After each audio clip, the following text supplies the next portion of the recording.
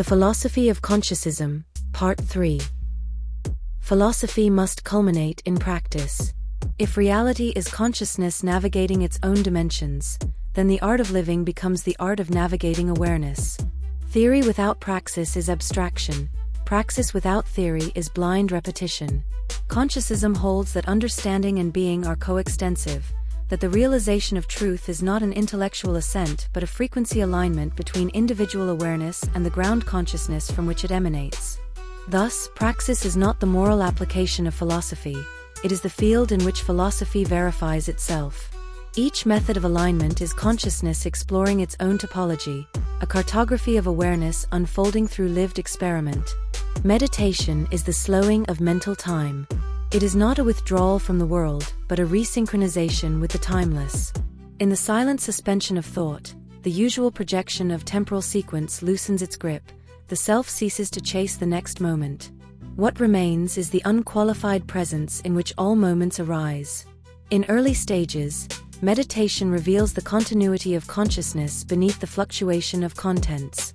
At advanced stages, the polarity between observer and observed collapses, perception folds back upon itself.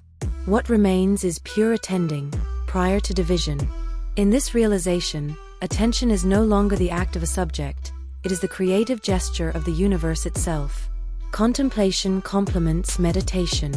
Where meditation stills, contemplation illuminates.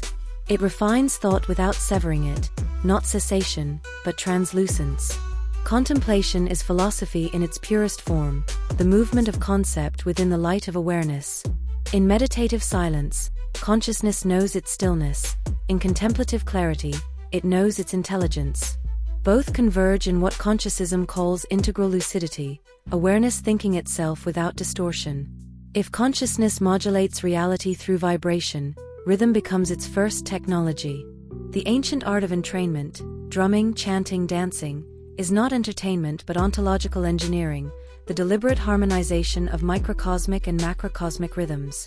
Neuroscience now confirms what shamanic traditions intuited: rhythmic repetition entrains neural oscillations. When the brain's waves synchronize to stable frequencies, consciousness stabilizes its temporal coherence. The practitioner no longer rides the flux of thought, thought rides the rhythm of being. Binaural beats represent a modern continuation of this lineage, digital temples of sound. When two tones of slightly different frequencies are heard separately by each ear, the brain synthesizes a third internal rhythm, a beat that exists nowhere but in consciousness itself. This is not merely auditory illusion, it is the mind's own creative act, generating temporal order within itself. Sound thus becomes a bridge between physics and spirit, frequency as the universal dialect of form and awareness. Because attention shapes reality, ritual becomes the architecture of intention. To ritualize is to give shape to the formless impulse of will, to translate consciousness into pattern. The mantra, the circle, the written affirmation, each is a boundary condition in which awareness condenses into coherence. In primitive religion, ritual often degenerated into superstition, gesture without insight. Consciousism restores ritual to its epistemic dignity, symbol as operator in the field of consciousness. A symbol does not merely represent meaning, it generates resonance. To light a candle or trace a sigil is to enter a feedback loop between mind and manifestation, stabilizing the frequencies that sustain coherent creation. Hence, ritual is not escape from rationality, but its extension into embodied rhythm.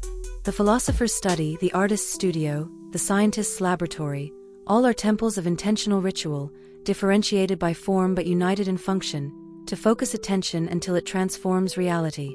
If time is the traversal of consciousness across potential states, then training awareness to perceive its own movement through time reveals the mechanics of reality. Temporal navigation is the practical science of consciousism, learning to sense, stretch, and still the experiential flow of duration. At the micro level, every thought, emotion, and perception is a discrete frame, a flicker in the vast cinema of awareness. Normally, these frames pass too quickly to be distinguished. Through disciplined observation, one begins to perceive their boundaries, the subtle intervals between thought and thought. In these gaps lies the hinge of time.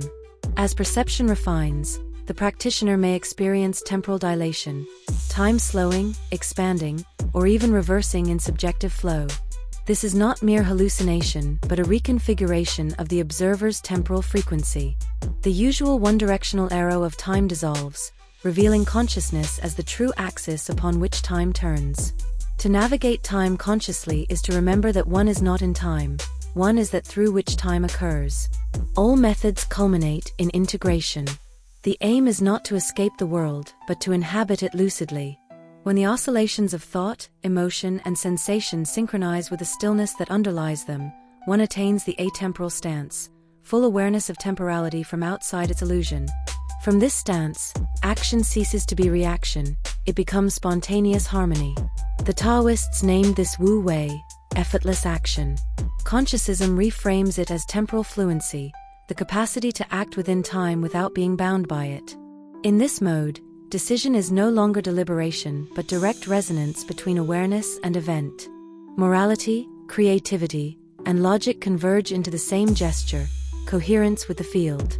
To live thus is to verify philosophy through existence. To think thus is to create the world in clarity. To be thus is to remember that consciousness was never partial, only self-distracted. Every true philosophy must offer a method of transformation, not merely of thought but of being. The praxis of consciousism is the laboratory where ontology becomes lived realization.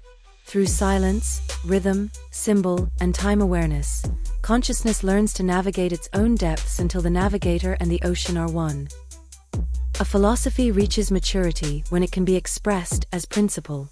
To formulate a charter is not to imprison truth within dogma, but to reveal its living architecture, the rhythm by which consciousness articulates itself as cosmos. Where materialism grounded reality in extension and mechanism, and dualism in separation, consciousism builds upon awareness itself. The charter thus stands as both metaphysical declaration and ethical compass, describing how consciousness gives rise to reality, relation, and purpose. Each axiom is both a statement and a practice, not only a truth to be understood but a condition to be realized. Together they form the tenfold geometry of being, ontology unfolding into ethics, ethics flowering into transcendence. The first axiom, primacy of consciousness, declares that consciousness is not in reality, reality is in consciousness. Everything that appears, energy, matter, thought, and time, is a modulation of awareness itself.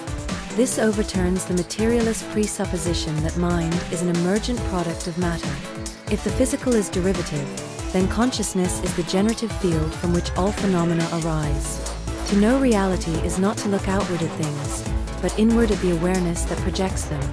Knowledge is thus self-recognition, being is awareness aware of itself. From this foundation follows the second axiom, reality as co-creation. Existence is not a static given but a participatory event, an ongoing dialogue between consciousness and potentiality. The universe is not a finished product but an improvisation, a collaboration between observer and observed. The insights of quantum physics, phenomenology, and the creative arts converge on this truth, that perception itself is a creative act, and the world is the interwoven pattern of countless centers of consciousness co-generating existence. The third axiom, time as subjective traversal, reframes temporality as the motion of awareness across discrete informational frames. Time does not flow independently of consciousness, it is the rhythm by which the timeless becomes sequence. Each moment is a window through which awareness observes another facet of itself. In heightened awareness, the current of time slows or dissolves entirely, revealing eternity as the still foundation beneath all succession. The fourth axiom, matter as information, describes physical reality as consciousness condensed into pattern. Matter is awareness stabilized, energy is awareness in motion. What science calls information, the bit, is in consciousism understood as a form of living order, the syntax through which consciousness communicates with itself. The universe is the visible language of the invisible mind. From this follows the fifth axiom, knowledge as self-recognition. All knowing is self-knowing. Every act of understanding is consciousness perceiving its own potential through the mirror of experience. In this sense, epistemology and ontology converge. The knower and the known are two aspects of one self-aware event. To discover truth is to remember what has always been known at a deeper level. Ignorance is forgetfulness of identity, wisdom is memory restored. The sixth axiom, intersubjective unity, extends awareness into the social and collective domain. Multiplicity is not separation but the play of unity upon itself. Each conscious being is a unique modulation of the same field, a frequency in the great symphony of awareness. The so-called objective world is not an external container, but the resonance zone of shared consciousness. Empathy, language, and culture arise because awareness is inherently connective. Individuality itself is relational. From this arises the seventh axiom, ethics as resonance. Good and evil are not absolute substances but qualities of coherence within the field of consciousness. To act rightly is to harmonize the field. To act wrongly is to create dissonance within it. Morality, then, is not an imposed rule but the physics of harmony. Compassion, truthfulness, and creative generosity are the natural resonances of a coherent being attuned to the whole. The eighth axiom, evolution as self-realization, situates cosmic and biological development within the awakening of consciousness. Evolution is not random motion but the gradual remembering of infinity. The universe unfolds not merely through complexity, but through self-awareness. From stars to sentient life, from instinct to reflection, existence ascends toward lucidity, the cosmos learning to see itself. Human history, in this light, is not only biological evolution but spiritual autobiography. This leads to the ninth axiom, freedom as lucid participation. To be free is not to stand apart from the whole, but to act knowingly within it. Autonomy arises not from isolation, but from transparency to the flow of being. True freedom is participation in the creative movement of consciousness, the recognition that one's will and the world's will are one. Responsibility follows naturally, for every action is the universe choosing through the individual. Finally, the 10th axiom, transcendence as remembering, reveals liberation as a return to the timeless source. Transcendence is not escape from time, but the recognition that time itself is within consciousness. To awaken is to perceive the temporal play without being bound by it, to see that the cosmos, once a labyrinth, is in truth a mirror, infinite awareness beholding itself.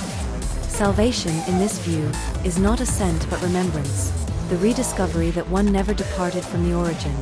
These 10 axioms unfold from the triadic foundation set forth in the age of transformation. From the primacy of consciousness emerge the ontological and epistemological principles that define being and knowing. From the subjectivity of time arise the metaphysics of temporality and transcendence.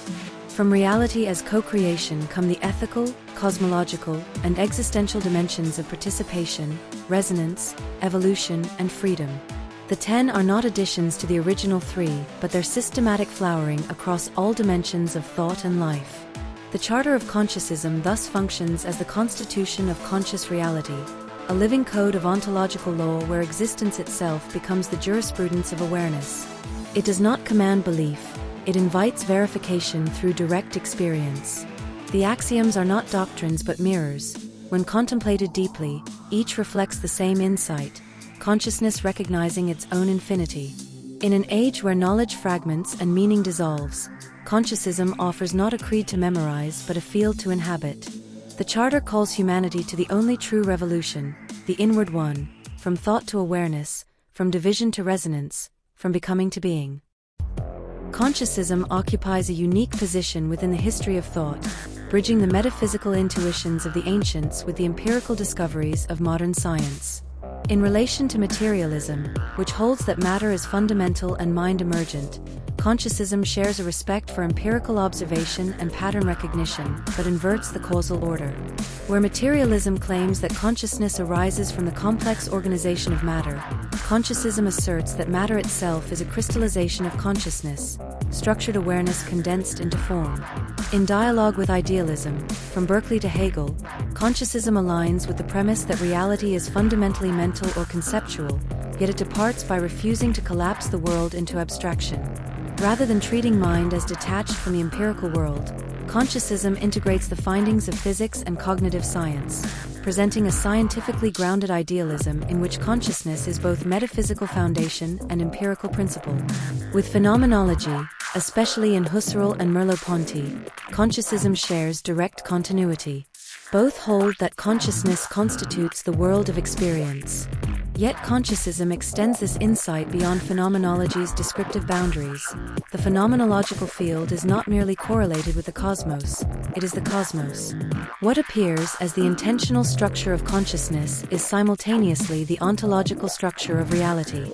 In contrast to panpsychism, which grants experiential aspects to all matter, consciousism agrees on the ubiquity of consciousness but diverges in its ontological grounding. Panpsychism retains matter as a primitive category and distributes consciousness across it. Consciousism, by contrast, removes the dualism altogether, asserting that there is no inert matter to begin with, only consciousness modulating its own informational states. A deep metaphysical kinship exists between consciousism and Advaita Vedanta, both affirming that pure awareness, Brahman alone, is ultimately real. Yet consciousism introduces elements largely absent from classical Advaita: a dynamic temporal metaphysics, TST, a scientifically literate ontology of information, and a model of intersubjective evolution in which the cosmos itself is consciousness coming to know itself through multiplicity. With process philosophy, particularly Whitehead's notion of reality as a web of experiential events, consciousism shares the intuition of a living, unfolding universe. However, whereas process philosophy emphasizes discrete actual occasions, consciousism grounds the process in a unified field of awareness, rather than a plurality of independent entities. The process is not among things, but within consciousness itself. Finally, quantum idealism and information ontology, articulated in thinkers such as Wheeler and Bone, propose that information or relational structure underlies the physical world, it from bit. Consciousism resonates deeply with this view but interprets the bit as conscious information, lived rather than abstract. It extends informational ontology beyond physics into ethics, phenomenology, and cosmology, revealing that informational coherence and moral coherence are expressions of the same conscious order. In summary, consciousism stands as a grand synthesis, a philosophy that unites the insights of idealism, phenomenology, and spiritual monism with the rigor of contemporary science. It bridges the gap between the contemplative interior and the empirical exterior, proposing a single unifying thesis for the age of transformation. Consciousness is the architect of reality, the principle through which the universe both exists and understands itself. If consciousness is the source and substance of reality, then the universe itself exists for the sake of self-recognition. The telos of existence is not the accumulation of matter, energy, or information, but the progressive awakening of awareness to its own depth. Every phase of cosmic evolution, from the birth of galaxies to the arising of thought, represents consciousness refining the mirror through which it beholds itself. Evolution is not a movement through space, but an expansion in self-understanding, the deepening of the universe's own reflexivity. The cosmos unfolds as an epistemic ascent, awareness exploring its own infinity through the medium of form, time, and relation. Humanity occupies a pivotal threshold in this process, a locus where consciousness becomes both localized and collective. The human being is the bridge between the atomic and the cosmic, the point at which awareness gains the capacity to reflect upon itself as universe. The age of transformation designates the epoch in which this capacity becomes planetary, when human cognition, communication, and technology begin to interlink into a single field of global awareness. Our ethical turbulence, ecological crises, and technological upheavals are not signs of decline but symptoms of awakening, the contractions of consciousness laboring to birth a higher order of coherence. In this sense, humanity is not an endpoint but a relay, a transitional species through which consciousness experiments with unity in diversity on an unprecedented scale. The culmination of evolution is not dissolution but integration, the return of multiplicity into the transparent unity from which it arose. This is not an annihilation of individuality but its transfiguration, the realization that every distinct form was a gesture of the same infinite being. In this consummation, time ceases to function as separation and becomes translucence, the eternal scene in motion. Birth and death, beginning and end, reveal themselves as oscillations within the rhythm of a single timeless awareness. The universe does not terminate, it awakens to the recognition that it was never asleep. Within this teleological arc, philosophy regains its original vocation, not merely analysis or speculation, but the disciplined cultivation of lucidity. To philosophize is to participate consciously in the evolution of consciousness. The philosopher becomes both explorer and instrument of awakening, a cartographer of inner and cosmic landscapes, tracing the pathways from perception to infinity, from ignorance to illumination. Philosophy, in this sense, is not an academic exercise but a sacred practice, the method by which awareness learns to think itself clearly enough to recognize that it was never divided. Consciousness is not in time. Time is in consciousness. The universe is the dream of that which never sleeps. When this truth is seen, philosophy fulfills its own purpose and dissolves into silence, not the silence of absence, but the radiant stillness of recognition. Thought, matter, and temporality are revealed as harmonies within the music of one self-knowing awareness. Thus, consciousism names the metaphysics of a civilization on the brink of remembering its origin. It is not a new doctrine to be believed, but an ontology to be lived, the understanding that consciousness is not an interior phenomenon within beings, but the fabric of being itself. The age of transformation is not a distant horizon, it is this very moment, when the universe, through human awareness, begins to recognize that it has always been awake.